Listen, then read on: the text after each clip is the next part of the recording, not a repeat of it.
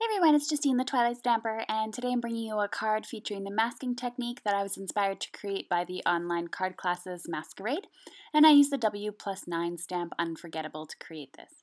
I started with a panel that was 4 by 5¼ inches, and I grabbed my stamp, the elephant stamp there, and I added it to my stamp press and inked it up with Memento ink. I stamped this first onto my card panel in the middle where I wanted it, and then I stamped it once again onto a piece of masking paper from Simon Says Stamp. I had to cut this out and fussy cut it using my scissors. When I was finished doing that, I'll zoom in here, I removed the masking layer and to reveal the sticky back, and then I attached that to my elephant on my card. At this point, you have to make sure that it perfectly fits on the inside. Some of the black lining can go out from the sides, it's not a big deal. Next up, I had to go in and stamp my next elephant. I grabbed this elephant and I wanted it to look like he was pulling down his friend from the ground, and I had to kind of angle it so that it was on the mask but yet not touching the other elephant. I pulled off the mask to reveal that now they're holding trunks, so to say. I Copic colored the elephants starting with a base of N0. And then I used N2 and N4 to go into the darker areas and shade.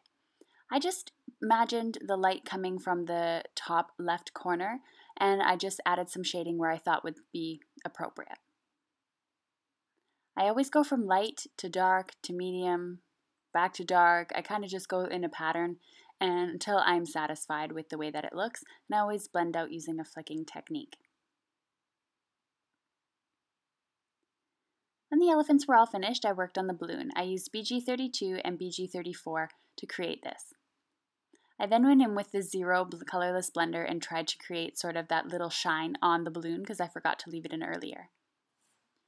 Lastly, I needed to create some sort of bottom where this elephant would be standing on. I wanted to create a shadow and sort of so that it didn't look like he was just floating somewhere.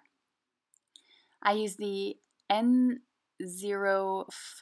I believe, or the N02, the N04, and the N06 to create the shadow, and it worked out really well for when it was all put together and said and done. I wasn't exactly sure how this was going to turn out, and I just wanted to make a correction that was the N2 and the N0 Copic marker that I used to create the shadow on the elephant. Lastly, I just had to add the sentiment to my card, and I wanted to add it using the same ink that I used to stamp my image, which is the Memento Tuxedo Black ink. And I wanted to put it in the bottom corner, and I was a little concerned that there wasn't enough room to put this really big sentiment here, but I actually really liked the way that it overlapped the shadow. I think it looked really clever in the end.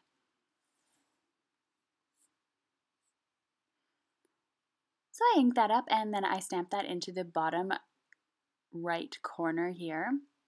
And the last thing I had to do was just simply add the card base. And unfortunately, I, for whatever reason, didn't film that. But all I did was take an 11 by 4¼ inch cardstock, scored it at 5½ inches, and folded it to make a top folding card in Seaside cardstock from Simon Says Stamp. Thank you so much for watching. Please subscribe and comment below.